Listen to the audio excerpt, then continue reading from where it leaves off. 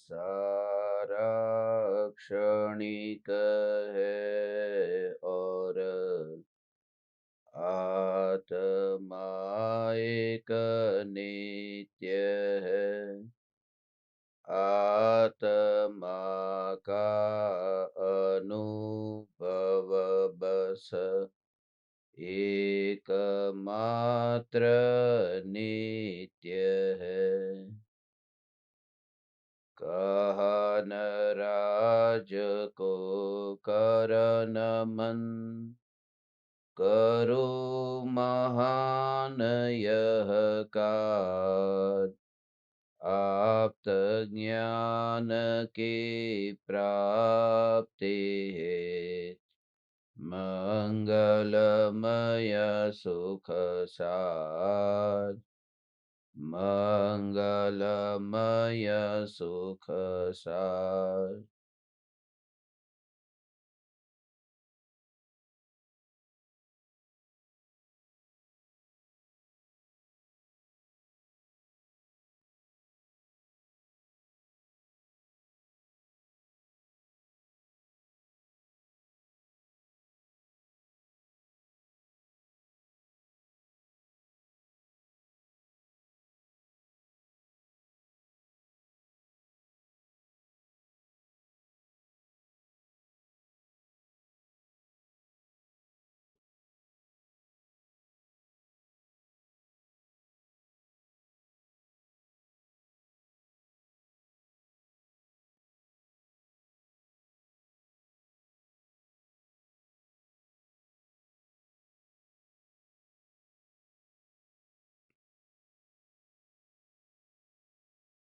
चैतन्य स्वभावी भगवान आत्मा स्वयं ही चैतन्य समयसार है। चैतन्य समयसार का प्रतिपादक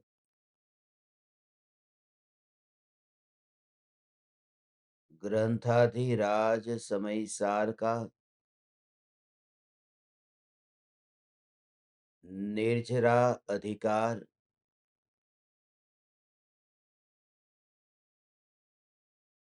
सम्यक दृष्टि ज्ञानी धर्मात्माओं के भोगों को कर्मों की निर्जरा का हेतु सिद्ध करता है।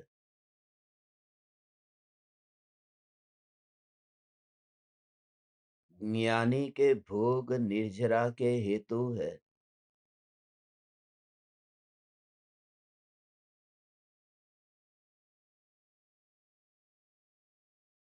वैसे निर्जरा तो सभी जीवों को होती है। निर्जरा का अर्थ है कर्मों का जर जाना, कर्मों का खिर जाना। आत्मा में बंधे हुए जो कर्म है, उन कर्मों का आत्मा से दूर हो जाना, वह निर्जरा है। मगर ऐसी निर्जरा तो सभी जीवों के होते ही है। फिर भी सभी जीवों को मोक्ष क्यों नहीं होता? तो उसका मूल कारण यह है कि संवर के बिना होने वाली निर्जरा मुक्ति का कारण नहीं होती है। पुराने कर्म उदय में आते हैं और आत्मा से दूर हो जाते हैं, मगर फिर से नए कर्मों का आश्रव और बंध होता है और इस प्रकार से कर्मों की परिपाटी चलती रहती है। इस प्रकार से कर्म के बंधन और कर्म के उदय से ये निरंतर चक्र चलता रहता है। आचार्य कुंद कुंद देव इस ग्रंथ के निर्जरा अधिकार में ज्ञानी के भोग पर जोर नहीं देते। ज्ञानी के भोग के काल में भी उनके भीतर में प्रकट हुई वह वितराग परिणति, जो विकल्पों से नापी नहीं जा सकती, जो परिणामों से नहीं नापी जा सकती, जो वितराग परिणति ज्ञानी की बाह्य क्रियाओं से नहीं नापी जा सकती, ऐसे जो भीतर में सहज रूप से वितराग परिणति अविच्छिन्न ज्ञान धारा के साथ साथ बहती ही रहती है, उस वितराग परिणति के बल पर ज्ञानी को कर्मों की निर्जरा होती है, नए कर्मों का आश्रव बंध नहीं होता है। संवर अधिकार में भेद विज्ञान की चर्चा की और ये कहा कि भेद विज्ञान एकमात्र उपाय है आत्मा में स्थिर होने का, क्योंकि स्व और पर के बीच में भेद ही नहीं जानेंगे तो उपयोग पर से हटेगा कैसे, ध्यान पर से हटेगा कैसे। जब तक पराये के घर को पराया न जानेंगे और अपने घर को अपना न जानेंगे, तब तक पर से हटकर के अपने में आएंगे कैसे। इसलिए आचार्य देव ने पहले तो पर से हटकर स्व में आने की प्रेरणा दी, और जो अपने घर में वास करता है, जो अपने चैतन्य प्रदेशों में व्याप्त, जो भगवान आत्मा उस प्रदेशों के अतिरिक्त कहीं पर भी अपना अस्तित्व नहीं देखता है, वह ज्ञानी धर्मात्मा है। और ऐसे ज्ञानी धर्मात्मा को उदय के रूप में देखने वाले अंधे जगत के प्राणियों के प्रति अत्यंत करुणा होने से आचार्य देव सम्यक दृष्टि ज्ञानी धर्मात्मा की अंतरंग परिणति को इस अधिकार में समझाते हैं। बहुत महत्वपूर्ण और गहरा यह अधिकार है, क्योंकि इस अधिकार से खास करके उन लोगों के भ्रम छूट जाएंगे जिन लोगों की मान्यता में यह है कि क्रिया से धर्म है, जिन लोगों ने देह से ही अधर्म माना है और देह से ही धर्म माना है। इन परमाणुओं ने मेरा बिगाड़ा क्या है? ये परमाणु तो पड़ोस में पड़े हुए हैं। जो पड़ा है उसे ही तो पड़ोसी कहते हैं। जो कुछ करने नहीं आता है, सिर्फ पड़ा है। ये देह रूपी पड़ोसी, ये सिर्फ पड़ा हुआ है। और इन परमाणुओं को मैं पहचानता तक नहीं था। इन परमाणुओं के बारे में कुछ भी नहीं पता था। और इन परमाणुओं में जो परिणमित होते हुए जो अन्य परमाणु है, उनके बारे में भी हम कहाँ ये कुछ जानते थे। आज जो सब्जी बाजार से खरीद कर लेकर आए हैं, क्या हम उन सब्जियों के परमाणुओं के बारे में ये जानते थे कि कल वे परमाणु कौन से खेत में थे, किस किसान के पास में थे, और वह कहाँ उगे और यहाँ बाजार में कैसे पहुंचे? ऐसे ही सभी वस्तुओं के बारे में समझ लेना, फिर वह सब्जी हो, अनाज हो, पानी हो, जो भी परमाणु इस देह में परिणमित होते हैं, उन परमाणुओं को हम जानते नहीं थे। आज जो पदार्थ हमारी थाली में आया है, उन पदार्थ के बारे में हमें कुछ भी नहीं पता था। और वे ही तो पदार्थ फिर हमारा देह बनते हैं, ये शरीर में परिणमित होते हैं। तो जिन परमाणुओं को मैं पहचानता तक नहीं था, वे परमाणु मेरे आत्मा का अधर्म का कारण कैसे होगा, और वह परमाणु मेरे आत्मा के धर्म का कारण भी कैसे होगा। इस तरह से परमाणुओं से किसी प्रकार का विरोध किए बिना, परमाणुओं से शत्रुता मोड़े बिना, अपनी अंतर की परिणति को टटोलने के लिए ये निर्जरा अधिकार की रचना हुई है। धर्म सम्यक दर्शन का नाम है, मिथ्या प्रदर्शन का नहीं। अंतर की वितराग परिणति सम्यक दर्शन की निशानी है, और बाहर में क्रियाकांड का आडंबर ये मिथ्यात्व को पुष्ट करने का कारण है। इसलिए आचार्य कुंद देव ज्ञानी की जो अंतरंग परिणति जो चौथे गुणस्थान में है, जो सब क्रियाएं बाहर की ऐसी ही होती है जैसे अज्ञानी की, मगर उनके अंतर में वह जो नारियल का गोला अलग हो गया। तुम्हारे देह के साथ तुम्हारा आत्मा फैला हुआ नहीं दिखता, कितना भी हो, मगर एक का दूसरे के साथ में मिलना नहीं होता। ये फासला हमेशा फासला ही रहता है। मैं चैतन्य परमात्मा, मैं चैतन्य परमात्मा, मैं चैतन्य परमात्मा। ये देह से फासला सदा फासला ही रहता है। भरत क्षेत्र में जो तीर्थंकर होते हैं, वे तीर्थंकर तो क्रमशः होते हैं। पहले आदिनाथ, फिर अजितनाथ, फिर संभवनाथ, ऐसे क्रम से तीर्थंकर होते हैं। विदेह क्षेत्र में जो 20 तीर्थंकर होते हैं, वे सभी एक ही काल में होते हैं। मगर अंतर इतना है कि भरत क्षेत्र में जैसे सम्मेद शिखर पर अजितनाथ भगवान हुए, मगर अजितनाथ भगवान के विदा होने के बाद फिर संभवनाथ भगवान यहाँ पर जन्मे, फिर वे यहाँ से मोक्ष में गए, ऐसे ही क्रम से। मगर विदेह क्षेत्र में सिमंदर भगवान भी आज है, युगमंधर भगवान भी आज है, बाहु भगवान भी आज है, सुबाहु भगवान भी आज है।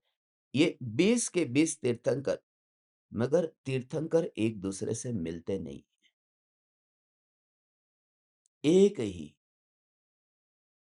क्षेत्र में रहने पर भी एक तीर्थंकर दूसरे तीर्थंकर के पास नहीं जाते, उनकी मर्यादा होती है।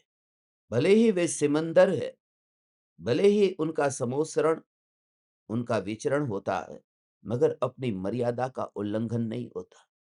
जैसे किसी व्यक्ति के पास में पासपोर्ट नहीं है, तो वह भारत में गुजरात में जाता है, महाराष्ट्र में जाता है, राजस्थान में जाता है, भारत की सीमा के भीतर सब जगह जा सकता है, मगर भारत के बाहर नहीं जा सकता।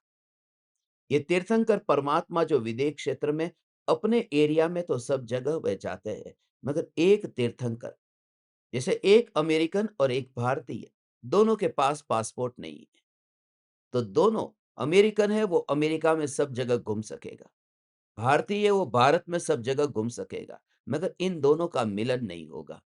वे दोनों अपने अपने में रह करके परिणमित होंगे, मगर एक दूसरे का मिलन नहीं होगा, क्योंकि सुविधा नहीं है।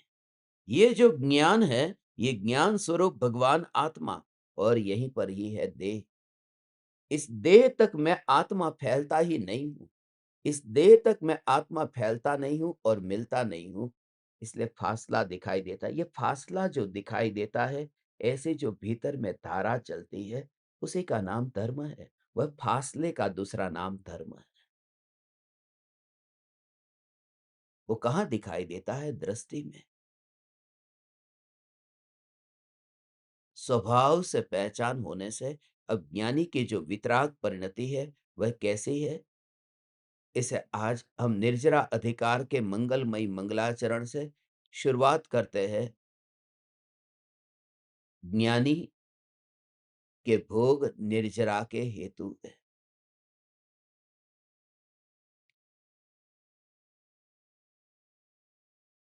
गाथा 193।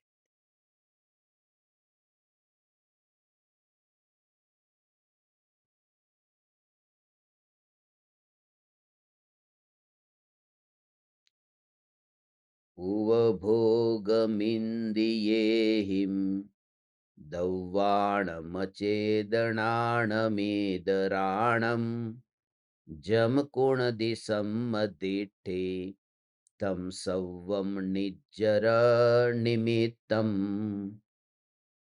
सम्यक दृष्टि जीव इंद्रियों के द्वारा चेतन अचेतन द्रव्यों का जो भी उपभोग करता है, वह सभी निर्जरा का निमित्त है।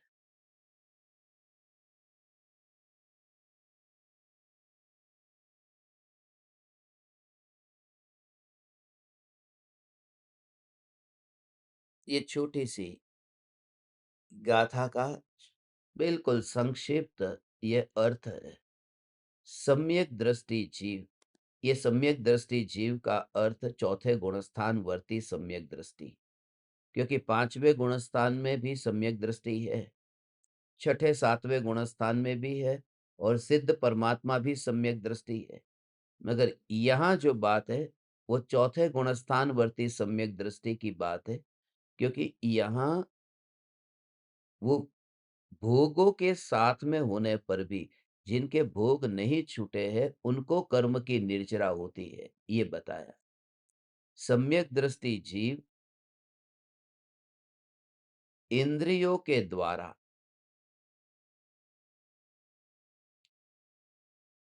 चेतन अचेतन द्रव्यों का जो भी उपभोग करता है,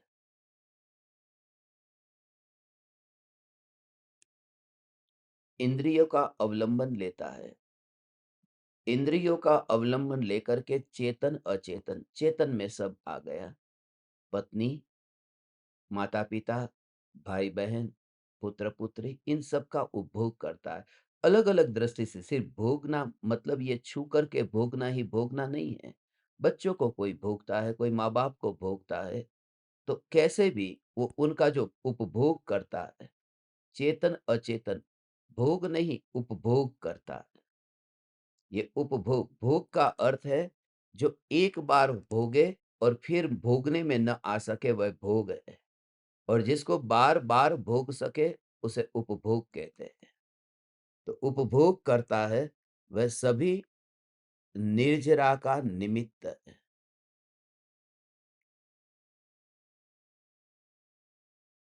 ये ज्ञानी की जो दो प्रकार की धारा है, ज्ञान धारा और कर्म धारा। चेतन अचेतन दोनों प्रकार के संयोग, उनको ज्ञानी भोगता है। ऐसा नहीं कहा कि नहीं भोगता है, भोगता होने पर भी। क्यों भोगता है? क्योंकि भोगना होता है इच्छा से और सम्यक दृष्टि को भोगने की इच्छा होती है। ये थोड़ी बात अब अटपटी लगेगी। भोगने की इच्छा होती है। इच्छा अलग वस्तु है और भोगने में सुख मानना अलग वस्तु है। भोगने की इच्छा वह चारित्र की कमजोरी है और उसमें सुख बुद्धि होना ये श्रद्धा की कमजोरी है, ये मान्यता की कमजोरी है। भोगने की इच्छा होती है, उसमें चारित्र मोहनी कर्म का उदय निमित्त है। और मैं भोगता हूं इस मान्यता में दर्शन मोहनीय कर्म का उदय निमित्त है।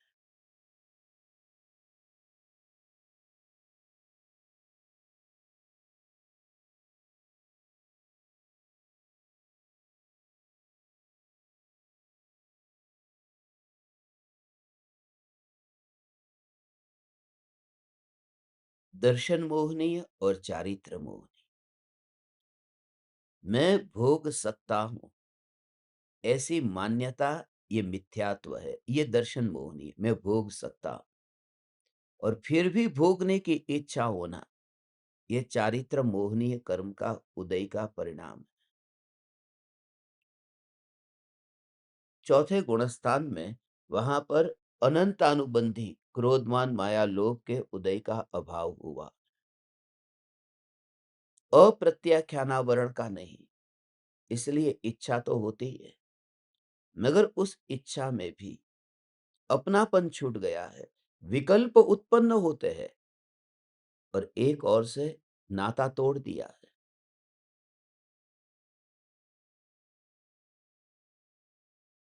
एक बेटा अपने बाप से कहता है, शादी हो गई। अब शादी होते ही अब वो बाप से अलग होना चाहता है। लोक में कहते हैं न, मेरा बेटा तब तक ही मेरा बेटा है जब तक उसकी पत्नी नहीं आई है, मगर मेरी बेटी तो जिंदगी भर मेरी बेटी ही रहेगी। भले दामाद आ जाए तो भी वो नाता नहीं तोड़ेगी। और जितना दुख, जितनी पीड़ा माँ बाप को दुखी देख कर के बेटे को होती है, उतनी बेटे को नहीं होती। ये अक्सर इस दुनिया में ये हम देखते हैं कि बेटे के हृदय में माता-पिता के प्रति भले दूर रहती है, फिर भी जो भावना है, वो भावना बेटे के अंदर नहीं है। अब वो बेटे को अलग होने का भाव आ गया क्योंकि पत्नी आ गई। पिता से कह दिया कि मुझे अलग होना है। 1-2 बार तो पिता ने उसे समझाया, बेटा इस बुढ़ापे में तेरे अलावा हमारे लिए लाठी का सहारा कौन है? फिर भी बेटा माना नहीं और उसने कहा कि ये घर जो है, ये घर मुझे छोटा पड़ता है, इसलिए मैं इस घर में नहीं रह सकता और मैंने बड़ा घर खरीद लिया। क्योंकि आज तो हम 2 हैं, कल बच्चे होंगे, कल परिवार और बड़ा होगा, फिर ये घर में रहना तो और मुश्किल होगा। मैंने नया घर खरीद लिया है, ये घर बहुत छोटा है, मैंने बड़ा घर खरीद लिया। पिता ने कहा कि मैं तुझे छोड़ूँगा नहीं। मैंने तो तुझे अपने छाती से लगाकर रखा है, इतना प्रेम से रखा है, तू यदि मुझे छोड़कर उस बड़े घर में जाएगा, तो मैं भी तेरे साथ में जाऊँगा। तुरंत ही बेटे ने अपना वक्तव्य बदल दिया कि नहीं, नहीं पिताजी, जिस घर में मैं रहने के लिए जाने वाला हूँ, वह घर बहुत छोटा है। अब पिता की समझ में आ गया था कि बेटा क्या कहना चाहता है। वो ये कहता है कि ये घर बहुत छोटा है और जहाँ मैं जा रहा हूँ, वह घर बहुत बड़ा है। मगर जब पिता कहता है कि उस घर में ठहरने के लिए मैं भी तेरे साथ आऊँगा, तो कहता है कि वह घर बहुत छोटा है। पिता ने कहा, "तू एक शब्द भी ज़्यादा मत बोलना। मैं तेरी सब बात समझ गया। सीधी-सी बात है कि तुझे अलग ही होना है, तुझे साथ में नहीं रहना। मगर एक बात याद रखना कि मेरे लिए तो बड़ी झंझट जा रही है। इसके लिए क्योंकि जब तू रात को 2 बजे तक भी वापिस नहीं लौटता था, तो मैं जागता रहता था, बेटा अभी आया या नहीं, आया या नहीं। तेरी पत्नी तो आराम से सो जाती थी, उसे कोई चिंता नहीं होती थी, चिंता मुझे होती थी। अब तू जा अकेला रह, तुझे जितने बजे आना है उतने बजे आना, नहीं आना है तो मत आना, मुझे क्या? और याद रख कि तुम दोनों पति-पत्नी इस घर में रहते थे, तो हमारी वजह से तुम्हारे झगड़े भी जल्दी निपट जाते थे। क्योंकि जब तुम्हारे दोनों के बीच में झगड़े होते और जैसे ही ज़ोर से बोलना होता कि पत्नी कहती, "धीरे से बोलो, पापा सुन लेंगे।" तो तात्कालिक तुम्हारे झगड़े भी निपट जाते थे कि ये बात मेरे तक न पहुँचे इस वजह से। वहाँ पर तुम दोनों लड़ते-झगड़ते रहना, कोई तुम्हें रोकने वाला नहीं है और कोई तुम्हारी बात सुनने वाला भी नहीं है।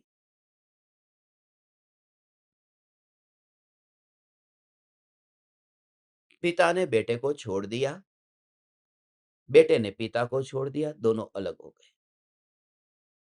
अब वो भाव नहीं रहा, समझ में सब आ गया है कि ये बेटा मेरा बेटा अब नहीं रहा।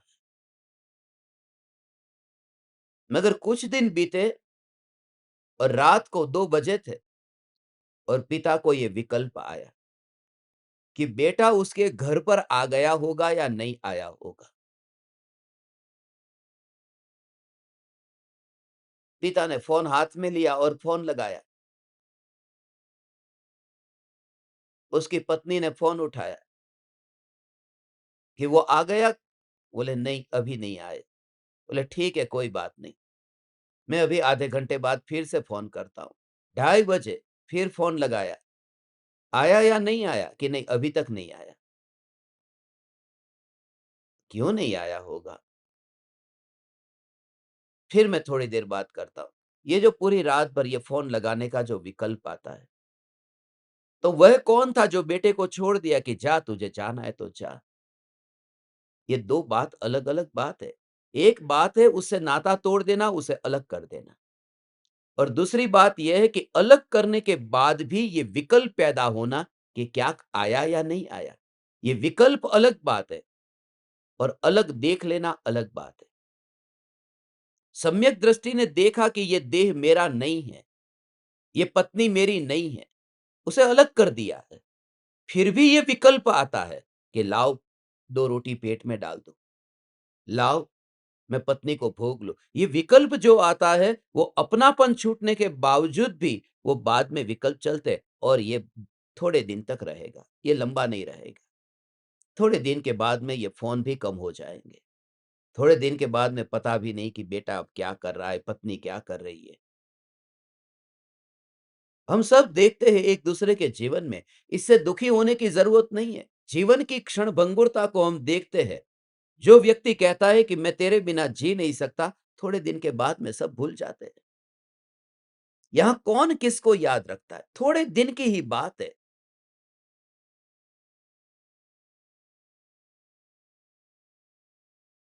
जिनके बिना जिंदा नहीं रह सकते थे, जिनकी मृत्यु होने पर तड़प रहे थे, सिर पटक रहे थे, बाल खींच रहे थे, दीवारों के साथ में माथा फोड़ रहे थे और अभी-अभी पति का विरह हुआ और दूसरा लड़का ढूँढ ही लिया।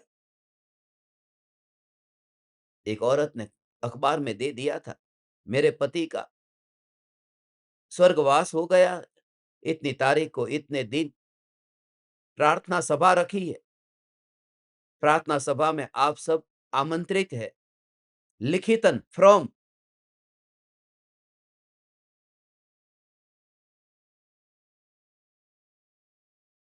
स्वीटी, उम्र 42 साल, रंग गोरा, बच्चे नहीं है। नीचे लिख दिया। एक ओर से मृत्यु की विधि हो रही है, दूसरी ओर से मंगलम भगवान विष्णु, मंगलम गरुड़ध्वज, ये मंत्र चालू हो जा रहे हैं। इसके लिए आश्चर्य नहीं होता। ये सब कुछ जानने के बावजूद भी उन्हें ये विकल्प आते हैं। सम्यक दृष्टि को अपनापन नहीं है, मगर अपनापन नहीं होने पर भी ये विकल्प आते हैं, मगर वह विकल्प सिर्फ विकल्प विकल्प के लिए है, वो रहेंगे नहीं क्योंकि नाता टूट गया है अपनेपन का। इस शरीर से अब मैंपना नहीं रहा है और दुनिया नापती है धर्म को विकल्पों से। परिणति से नहीं नापती है, विकल्पों से नापती है। वो फव्वारे में जो पानी उछल रहा है वो गंदा है कि नहीं, दुनिया दूर से ये देखती है।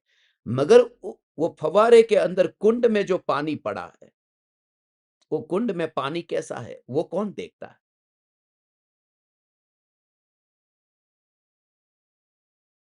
उस कुंड में जो गंदा पानी पड़ा है, वो कहाँ दिखाई देता है? इसे सरकार भी सजा उसकी देती है जो कोई बुरा काम करता है, बुरा सोचता है, उसको तो सजा कहाँ मिलती है?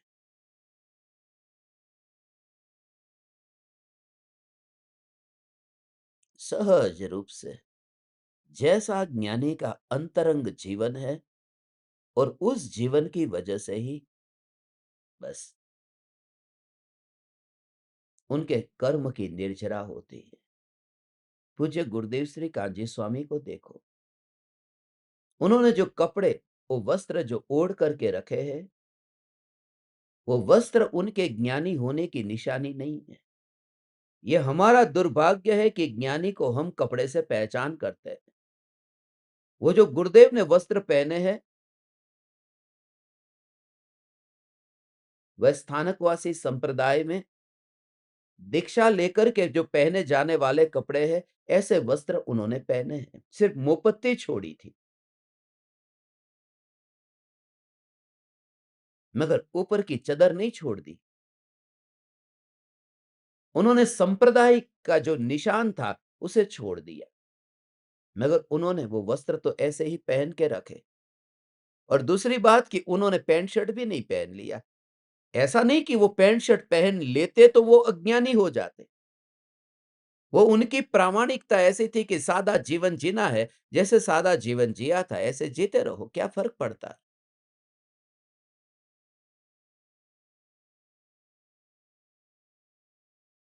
यदि वो वस्त्र नहीं बदले हैं, तो भी वे ज्ञानी हैं और वस्त्र यदि बदल करके अरे जीन्स और टी-शर्ट पहन लेते, तो भी वह ज्ञानी ज्ञानी है, मगर हम एक्सेप्ट नहीं कर सकते, हम स्वीकार नहीं कर सकते।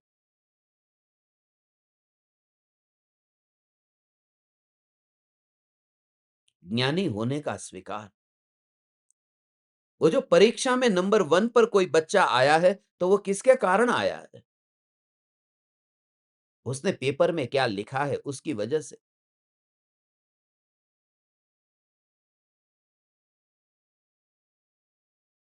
तब पढ़े लिखे ही नहीं है और कितने भी तुम अच्छे यूनिफ़ॉर्म पहन कर के जाओ, पास कैसे होगे? पास होने के लिए पढ़ा लिखा तो होना चाहिए। यूनिफ़ॉर्म पहन कर के चले गए, ये सब ऐसी ही परंपरा चल रही है कि सफ़ेद वस्त्र पहन कर के दीक्षा लेकर के अंदर में ज्ञान कुछ भी नहीं है और पास-पास में बैठे एक-दूसरे की नकल कर रहे। एक है वो अणुव्रत का पालन करता है, दूसरा उसके पीछे लगा है। एक महाव्रत का पालन करता है, वो दूसरा उसके पीछे लगा है। ये आगे-पीछे ऐसे ही चलते रहते हैं। अंतर में ज्ञान है कि नहीं कौन देखता है? 2 विद्यार्थी ऐसे ही थे, परीक्षा दे रहे थे। अब आगे बैठा हुआ विद्यार्थी है, तो पीछे वाले विद्यार्थी की ओर ऐसे-ऐसे मोड़ करके पीछे देखता है, तिरछी नज़र करके। परीक्षा में आता कुछ भी नहीं है, अब आया है और वो पीछे वाला लिखता ही जा रहा है। इसकी समझ में ही नहीं आ रहा, देख रहा है तो। आगे वाले ने पीछे मुड़ के देखा, उसको प्रेम से कहा कि अरे दोस्त, 2 वाक्य के बीच में फुल स्टॉप तो कर, तो पता चले कहाँ से क्या लिखना। वो लिखता ही जा रहा था। पीछे वाले ने कहा कि फुल स्टॉप का स्पेलिंग क्या होता है ये तो बता। ये दोनों पक्के मित्र थे और यूनिफॉर्म पहन करके ही गए थे। ऐसी हालत इस दुनिया में है। सफेद वस्त्र पहन लिया या वस्त्र छोड़ दिया, मगर अंदर में कुछ भी नहीं पता कि मैं चैतन्य, मैं परमात्मा, मैं कौन।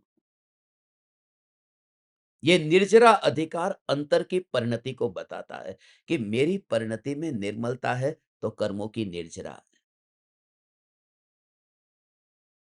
और क्रिया कैसे भी हो। ये यूनिफॉर्म के बिना तो आने नहीं देंगे स्कूल में, मगर मार्कशीट में जो मार्क मिलेंगे वो ज्ञान के मिलेंगे, वो यूनिफॉर्म के नहीं होंगे। इसलिए तुम ज्ञान दीपक ये मत समझना कि मैं तुम्हें कैसे भी कपड़े में बैठने दूंगा। वस्त्र तो सफेद ही पहनना, मगर सफेद वस्त्र से निर्जरा नहीं होगी, ये खास कहता हूं। वो निर्जरा के लिए भीतर में वो परिणाम जो मिलेगा, वो जो फल मिलेगा, वो फल तो वितराग परिणति का मिलेगा। यूनिफॉर्म पहन करके ही स्कूल जाना है, सीधी बात है। तुम ऑफिस जाते हो तो नाइट ड्रेस में नहीं जाते हो। ऑफिस जाते हो तो कैसे कपड़े पहन कर जाते हो? जो कपड़े पहन करके गए उसकी तुम्हें सैलरी नहीं मिलती। सैलरी तुम्हें मिलती है जो तुमने वहां काम किया है। मगर फिर भी अपना व्यवहार वहां कैसे निभाते हो? हाफ पैंट और बरमूडा में नहीं चले जाते, व्यवस्थित कपड़े पहन कर जाते हो।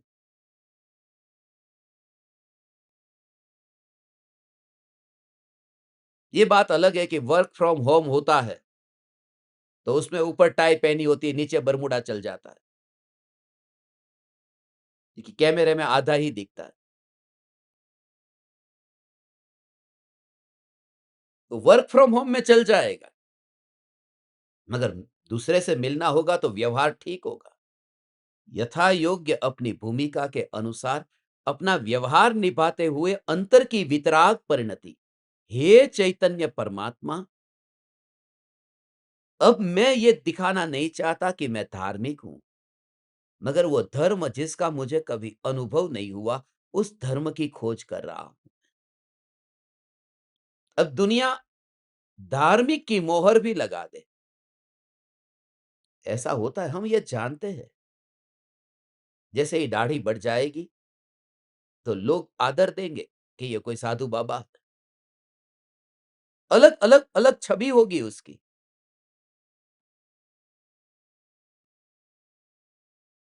दाढ़ी वाले तपस्वी, पहले के जमाने में ऐसा होता था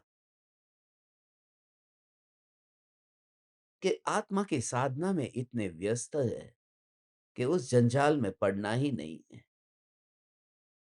विकल्प भी नहीं आया और चले गए वन में, गुफा में, पहाड़ के शिखर पर, ऐसी जगह चले गए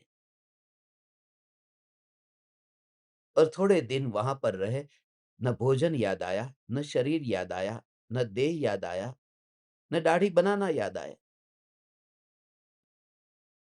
ये विकल्प ही नहीं आया।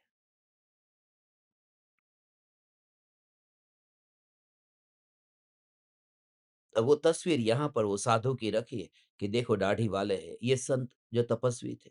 अब उनके जैसा मान मुझे भी चाहिए, तो मैं क्या करूँ कि मैं भी ऐसी दाढ़ी बढ़ा लूँ। और बढ़ाने में क्या है, कुछ करना नहीं है, बिना पानी की खेती है। कुछ ना करो, ऑटोमेटिक उग जाएगी। ज्ञानी होना तो सहज है ना, कर्तृत्व छोड़ दो, ऑटोमेटिक ज्ञानी हो जाओ।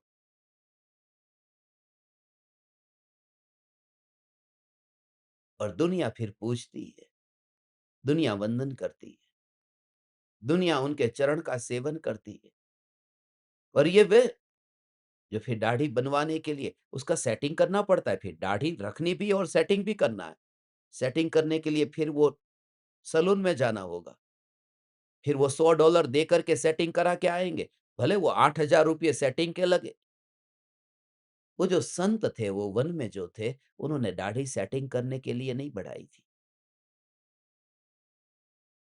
इसलिए मुनिराज कैश लोच करते हैं, फिर भी उन्हें असंख्यात गुनी निर्जरा है। और मिथ्या दृष्टि यदि साधु बाबा हो जाए कि जमीन पर दाढ़ी नीचे तक पहुंच जाती हो, ऐसे भी तपस्वी थे ना,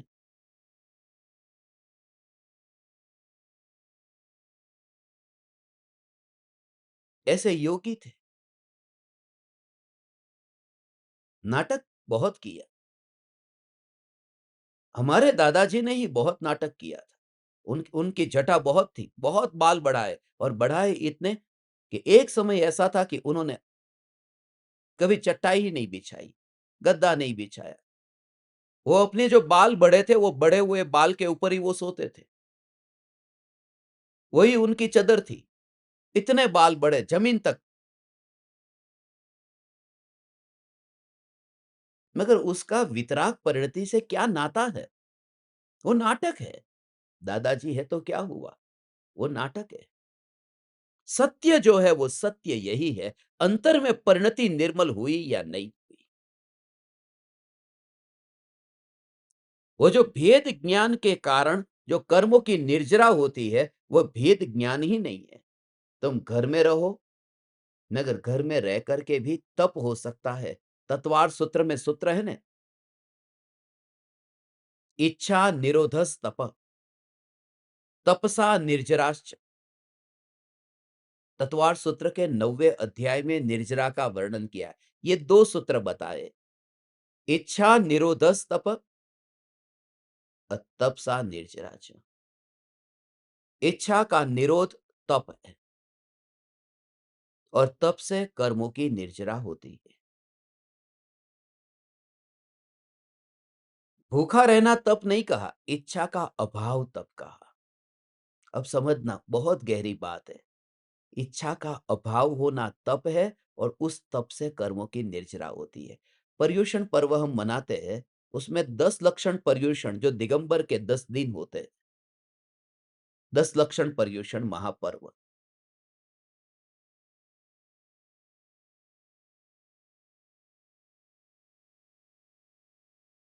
उसमें धर्म के 10 दिन मनाते हैं, धर्म के 10 लक्षण। उत्तम क्षमा, उत्तम मार्दव, उत्तम आर्जव, उत्तम शौच, उत्तम सत्य, उत्तम संयम, उत्तम तप, त्याग, अकिंचन्य, ब्रह्मचर्य। तो उसमें उत्तम तप है। ये उत्तम तप धर्म किनको होता है? ये मुख्य रूप से तो मुनिराज को होता है, और गौण रूप से सम्यक दृष्टि को होता है। वो जो उत्तम शब्द है, वो सम्यक दर्शन का सूचक है। पर्युषण में हम लेंगे ये 10 दिन। हर साल हम पर्युषण में उमराला में जो सेलिब्रेट करते हैं, इस बार भी जो सुन रहे हैं उन सब के लिए कह दूं, 16 अगस्त से लेकर 9 सितंबर तक 25 दिनों के लिए, ये 25 के वर्ष में आप सभी को उमराला पधारना है। हम श्वेतांबर के पर्युषण भी मनाते हैं। हम स्थानकवासी, डेरावासी, मूर्ति पूजक, दिगंबर, बिसपंथी तेरापंथी जो भी लोग मनाते हैं, हम सभी दिनों को एक साथ में मिला देते हैं और उसमें ऐड ऑन करते जाते हैं हर साल में एक-एक दिन। और फिर उसमें हम चैतन्य की चर्चा करते हैं, चैतन्य का चिंतन करते हैं। उस दिन हम फिर पंथ और संप्रदाय को याद तक नहीं करते। उस समय फिर हम ध्रुव ज्ञायक देव, ये पंथ से न्यारा है, उसके गुणगान गाते हैं, सुनते हैं, मस्त होते हैं। हमारा पर्यूषण निराला है। इस पृथ्वी पर ऐसा पर्यूषण मैंने नहीं देखा और इस वजह से ही ये सपना था, ऐसा पर्यूषण हो कि जहां संप्रदाय से उठना हो। उस पर्व को पर्व ही क्या कहना, जहां दिगंबर श्वेतांबर से न मिल सके और श्वेतांबर दिगंबर से न मिल सके।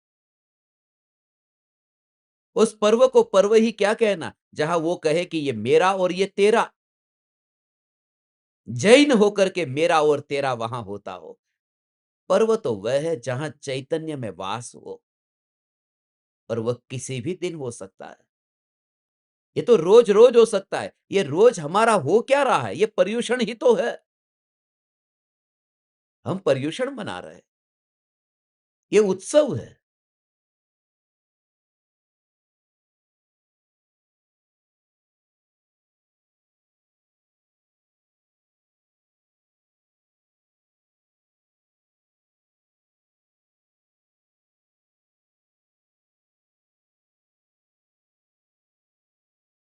ऊंचा नाम रख करके नीचा काम करने से बेहतर है नाम कोई भी हो, अंतर की परिणति और कार्य उत्तम हो रहा है कि नहीं, ये देखना।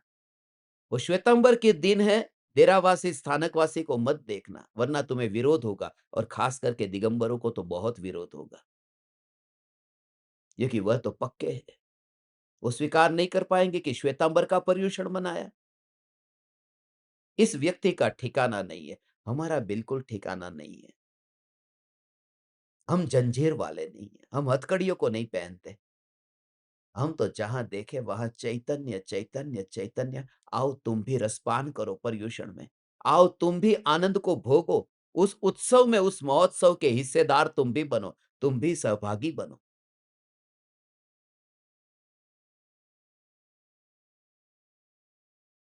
तीर्थंकर परमात्मा द्वारा प्ररूपित इस तत्व ज्ञान और ऐसे धर्म में भी यदि ये पक्षपात रहे तो आत्मा कहां पाया?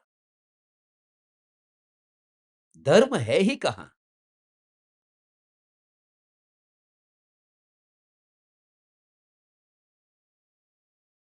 नौकार मंत्र का जाप करो। ये नौकार नौकार कितना पवित्र मंत्र है। नौकार का खाने के साथ में कोई कनेक्शन नहीं है। खाना और नौकार क्या कनेक्शन है? मगर सुबह-सुबह का खाना उसको खाना नहीं कहा, उसको भी उत्तम नाम दे दिया। नौकारशी, वॉव ग्रेट! नाश्ता है, नाश्ते को नौकारशी।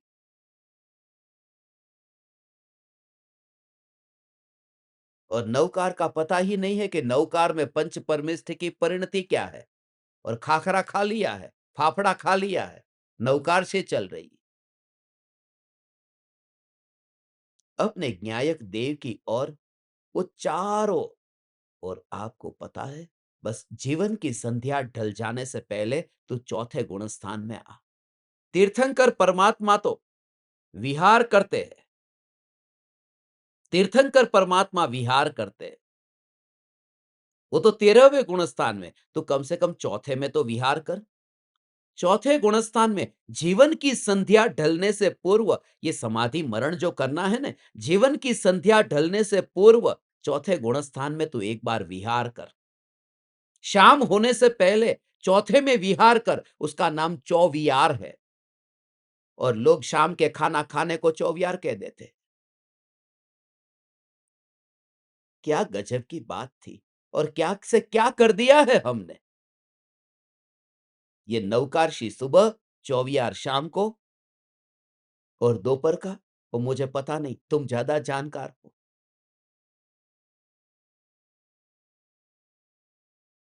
2 तो मैंने बता दिया, कम से कम 1 तो तुम ढूँढो।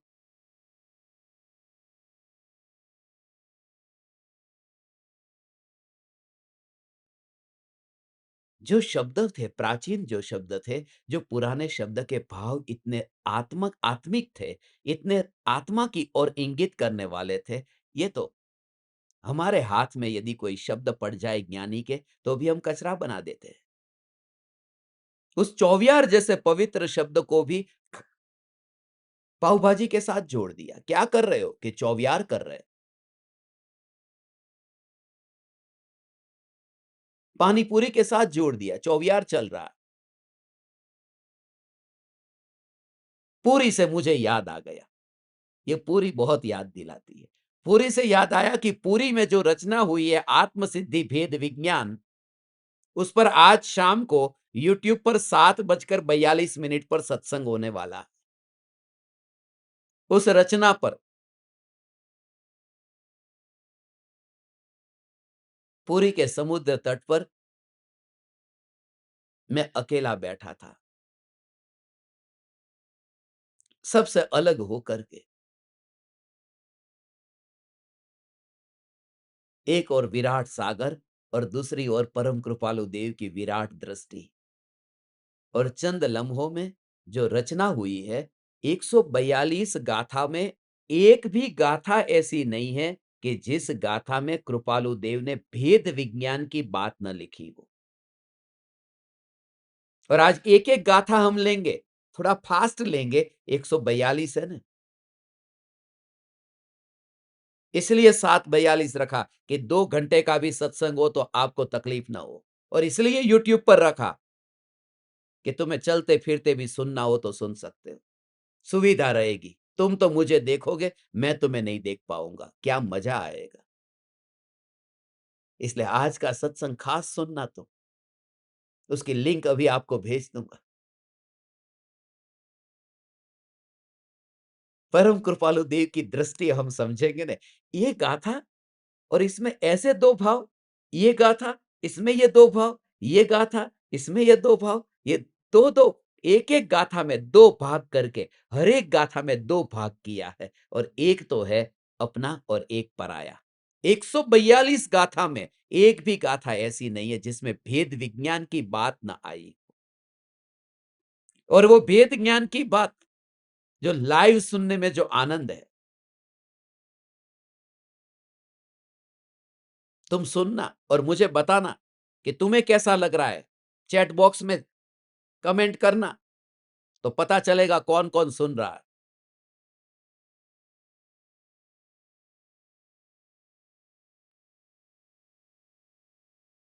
और कल मैं एक प्रश्न तुमसे पूछूंगा कि आत्मसिद्धि पर जो सत्संग हुआ था, आप मुझे बताओ प्रामाणिकता से कि एक ही जगह पर शांति से जैसे ज़ूम पर बैठ कर के सुनते हैं, ऐसे किसने सुना था? कल मैं पूछूंगा और उसका जवाब मैंने ये देने के लिए भी लोग आज एक जगह बैठेंगे। इस बहाने भी बैठो, सुनो तुम। आज का सत्संग बहुत प्रिय सत्संग है। आत्मसिद्धि पर इतने सत्संग हुए हैं, मगर भेद विज्ञान पर जो कृपालु देव ने जो वर्णन किया, और इस दृष्टि से कभी विचार ही नहीं आया था कि कृपालु देव इस तरह से ये वर्णन करते हैं।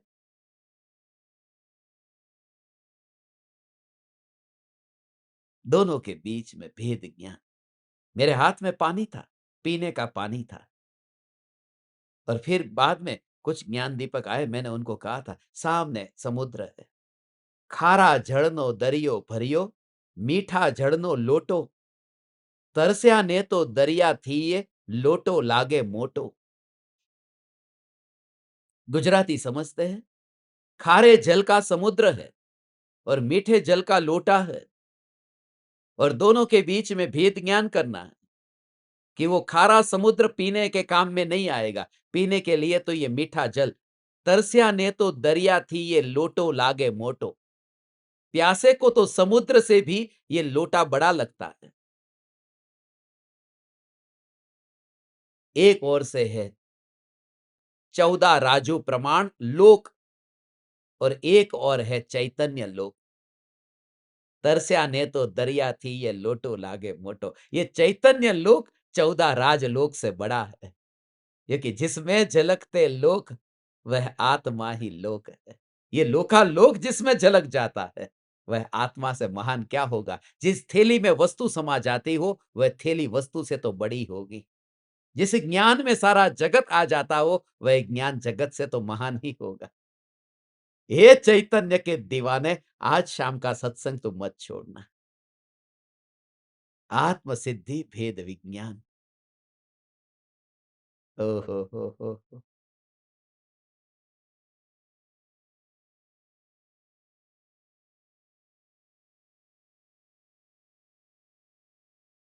सम्यक दृष्टि ज्ञानी के भोग निर्जरा के हेतु है। उपभोग, पानी पिया गया, रोटी खाई गई, वो सब भोग की बात है। उपभोग माने बार बार जिसे भोगा जा सके। अब थाली है, रोटी तो चली गई, उसे दोबारा नहीं भोग सकते, मगर थाली को दोबारा भोग सकते, इसलिए थाली को कहते हैं उपभोग। जो भी वस्तु बार बार भोगने में आ सकती है, साबुन है वह भोग है, बाथरूम है वह उपभोग है। तो साबुन तो गया, बह गया, मगर जो वस्तु है जिसको बार बार भोग सकते हैं, और ऐसे भोगने की इच्छा जिनके नहीं रही, ऐसे भोगने की इच्छा जिन्हें नहीं रही, उन्हें इच्छा का निरोध हो गया। और इच्छा का निरोध ये तप है, और तप से कर्मों की निर्जरा होती है। अब असली बात है कि चौथे गुणस्थान में जो सम्यक दृष्टि को भोग भोगने का भाव आता है, क्या बिना इच्छा के आता है? वो इच्छा होती है, इच्छा होती है।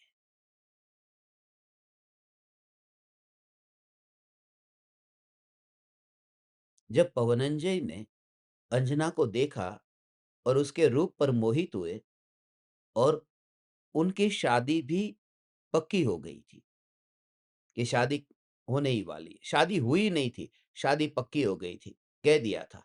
मगर वो जमाना था, वो अलग था कि वहां एक दूसरे से मिलना नहीं होता था शादी से पहले। यहाँ तो मीटिंग होती है, कितनी मीटिंग होती है और फिर भी कैंसिल हो जाता है, मीटिंग के बाद में पक्का होता है। और उस समय बिना मीटिंग का फिर भी चल जाता था, पूरी जिंदगी तक पति पत्नी रहते थे। आप में से इतना बुढ़ापा आ गया आपका, एकाध तो कोई ऐसा होगा जिसने अपनी पत्नी को या पति को शादी के मंडप में देखा होगा, उससे पहले देखा नहीं होगा। है ना, देखो ये उज्जैन वाला बहुत है, देखो, है ना।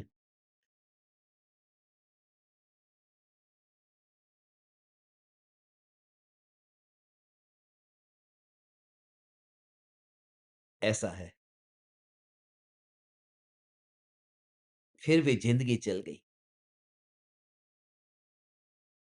सहन शक्ति थी, क्षमा थी, स्वीकार था। तो सम्यक दृष्टि को भी इच्छा होती है, राग होता है, मगर सम्यक दृष्टि का जो राग है, इच्छा है, वो अनंतानुबंधी संबंधी नहीं होती, अप्रत्याख्यानावरण संबंधी होती है। इसलिए जो अनंतानुबंधी संबंधी जो इच्छा होती थी, वह छूट जाने से उन्हें निर्जरा होती है, क्योंकि संवर पूर्वक निर्जरा। कितना गहरा भाव है भगवान। सम्यक दृष्टि ज्ञानी को जब वह अपने आत्म स्वरूप में लीन होते हैं, एक बार आ आ आ आ आ न्यायक न्यायक न्यायक न्यायक न्यायक न्यायक न्यायक न्यायक न्यायक न्यायक, उसी में ही समाया, उसी में ही समाया, उसी में ही समाया, उसी में ही समाया, उसी में ही समाया, और वहां पर बस जीवन मिल गया। वो अंदर से परिणति जो प्रकट हुई, अपने में ही ढल गई। फव्वारे में जो पानी उछला, वो उसी में ही समा गया, कभी खाली नहीं हुआ, कि कितना पानी बर्बाद हुआ, कुछ नहीं। जहाँ से उछला वहीं पर ही समा गया, जहाँ से उछला वहीं पर ही समा गया। और सौंदर्य कितना अद्भुत था, उछलना और समा जाना। लोग देखने के लिए जाते हैं, देखने जैसा है क्या? मगर जरा विचार करो, वह पानी ऐसे ही पड़ा होता तो कौन देखने जाता? उसका उछलना और समाना, ज्ञानी की वितराग परिणति। उछलती है और फिर स्वरूप में ढल जाती है, उछलती है और फिर स्वरूप में ढल जाती है। वो पानी तो उछलता है और स्वरूप में ऐसा समा जाता है, जहां से पानी गया और वहीं पर ही मिल गया। और फव्वारा, जिस छेद में से पानी निकला, उस फव्वारे का क्या, जो लोहे का है, वो पड़ा रहा, ऐसे ही पड़ा रहा। न उसे पानी का पता है, न उसे पानी के समा जाने का पता है। हे चैतन्य के दीवाने, तेरी अंतर की परिणति भी ऐसी ही हो कि ओ हो को अंतर में वही परिणति अंतर में ढल गई। और ये आंख कान नाक, ये लोहे के फव्वारे की तरह है। ये लोहा है, जैसे लोहे के फव्वारे में जो छेद है, उसमें से पानी उछला नहीं, पानी उसमें से नहीं निकला है। पानी तो जहां नीचे कुंड में भरा हुआ था, वही उछल रहा है। सिर्फ माध्यम वो छेद है जो फव्वारे का, मगर पानी उछला और समा गया। अब ये देह ऐसे ही पड़ा है, मैं इस लोक का नहीं हूं। आह आह आह आह, ये ज्ञान ज्ञान ज्ञान, ये मस्ती, यही ज्ञान, यही ज्ञान। अब हम अमर भये ना मरेंगे। ये फव्वारा पड़ा रहा और पानी पानी में समा गया। हे तीन लोक के नाथ परमात्मा, हे तीन लोक के नाथ परमात्मा, ऐसे ये चैतन्य चैतन्य चैतन्य चैतन्य, ज्ञाय ज्ञाय ज्ञाय ज्ञाय ज्ञाय, ये ज्ञानी के भोग निर्जरा के हेतु है। अब वो ओ हो, ये परमाणु पड़े हैं। अब वो फवारा फवारे से टकराता है, मगर वो पानी जो है, वह पानी पानी में से ही उत्पन्न हुआ और पानी में ही समा गया। ऐसा ही अंतर का स्वरूप है। तुम्हें यह दशा प्रकट होगी भगवान। ज्ञानी के भोग निर्जरा के हेतु है। अब फव्वारा फव्वारे से टकराता भी हो, मगर उसमें कुछ भी नहीं, पानी बाहर नहीं गया है ने, ये देख ले। नल के साथ नल टकराया, ठीक है, टकराना अलग है, और टकराने पर भी नुकसान कुछ भी नहीं है। शराब पीते हैं लोग, तुम देखते हो ने, शीशे से शीशा टकराए, गिलास को गिलास के साथ में टकराते हैं, बोतल को बोतल से टकराते हैं, मगर वो शराब उनके पेट में जाती है। टकराने से एक दूसरे के अंदर नहीं चली गई, गिर नहीं गई, वह शराब मिट नहीं गई। तुम ऐसी दशा को प्राप्त करो, हे चैतन्य परमात्मा। ये परिणति अपने में ही, अंतर में ही, आ हा हा हा, मैं तो गया अब यहां से, अब तुम भी चलो यहां से। हे दीवाने, बस ऐसे ही ये पड़ा रहता है, फिर टकराहट नहीं रहती, फिर ये टकराहट नहीं रहती। ओ हो, चैतन्य चैतन्य चैतन्य चैतन्य चैतन्य चैतन्य चैतन्य चैतन्य चैतन्य, बस उपयोग अंतर में समा गया। न्यायक न्यायक न्याय, आ, आ, आ। ये सारे जग को भोगता हुआ ज्ञानी, ये सारे जग में है ही नहीं, वह देह में है ही नहीं। क्योंकि जहां से ये ज्ञान जानने रूप परिणमित होता है, उसी में ही समा जाता है। बस समझ में आ रहा है तुझे?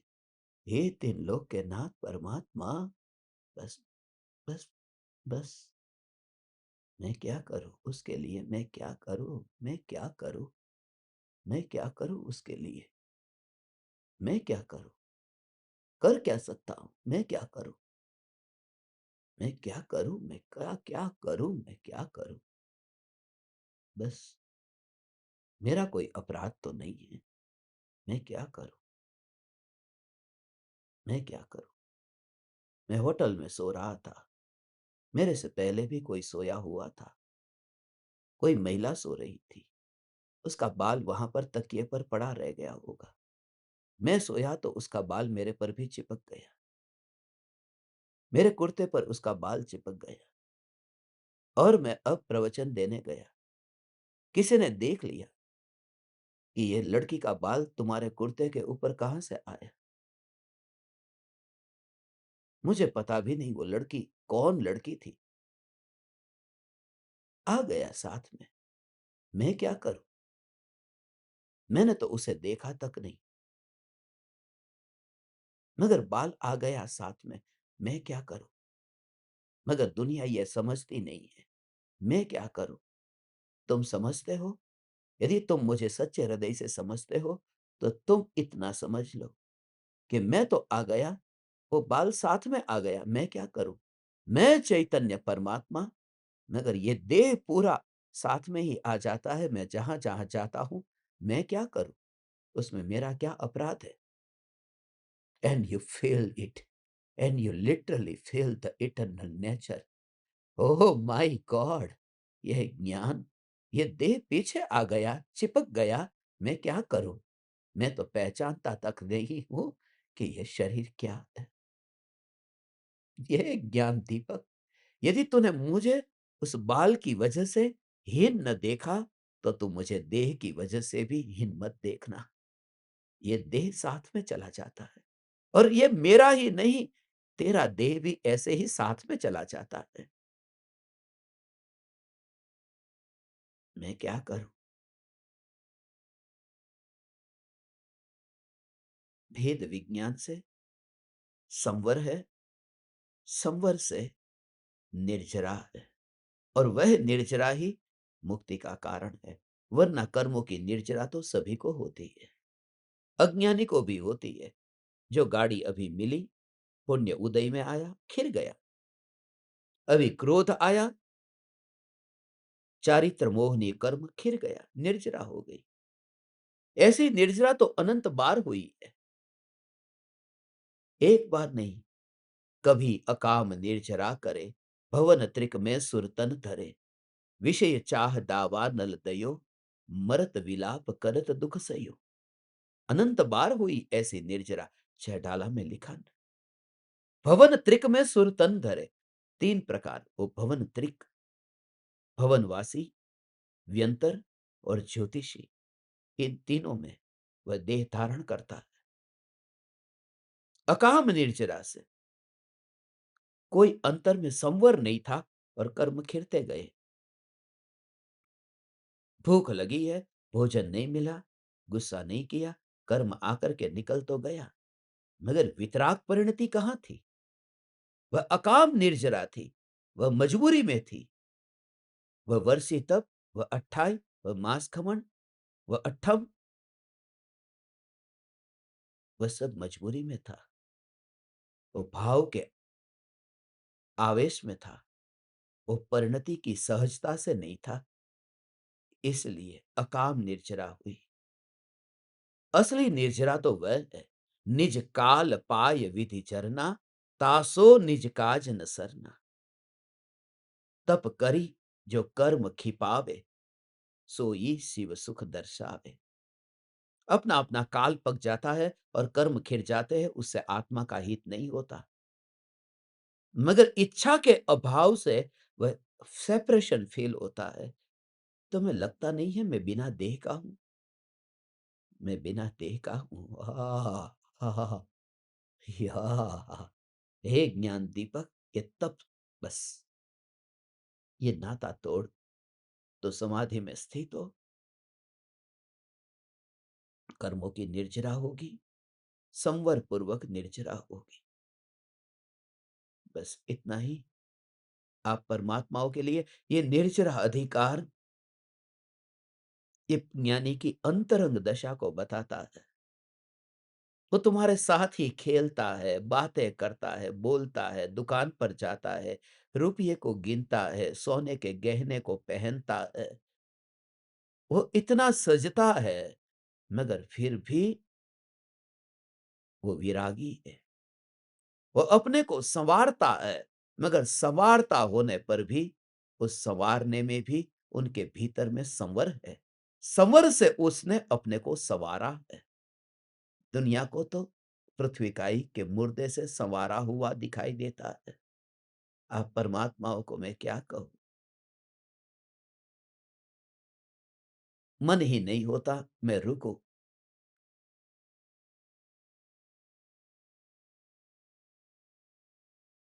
वो अंतर की बात है ना, वो आए बिना रहती नहीं। 8:40 का अलार्म मैंने बजाया था, लगाया था, वो वाइब्रेशन हो चुका, बंद हो गया। अपना ही लगाया था ना, पड़ा रहने दो। ऐसा ही है, लोग रात को अलार्म लगाते हैं और सुबह उठते ही नहीं, बंद कर देते हैं। उठना भी है और नहीं भी उठना है। तुम्हारी हालत ऐसी है, तुम जागना भी चाहते हो और फिर भी नहीं जागना है। मगर अब की बार मैं तुम्हें न छोड़ूंगा। तुझे मार करके, पीट करके, खींच करके, पकड़ करके भी तुझे लेकर के तो जाऊंगा। नहीं आएगा तो तेरे घर पर आकर के तुझे ले जाऊंगा। यहाँ pickup, drop of, home delivery सब सुविधा है, सब होगा। आप परमात्माओं के निमित्त से मेरा इतना समय सत्संग में रहा, मैं ऋणी हूं आप परमात्माओं का। मेरे अनंत अनंत प्रणाम स्वीकार करें। चैतन्य समय सार, चैतन्य समय सार, चैतन्य समय सार।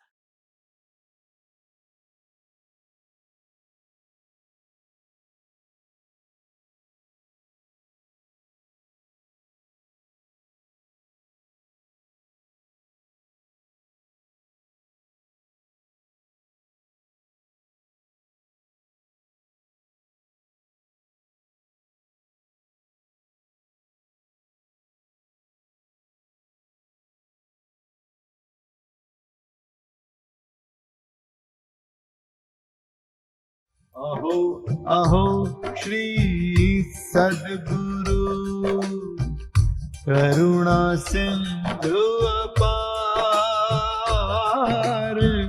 इस पामर पर प्रभु किया अहो अहो उपकार, अहो अहो उपकार। देह सहित जिनकी दशा वरते देहातीत, उन ज्ञानी के चरण में हो वंदन अगणित, हो वंदन अगणित।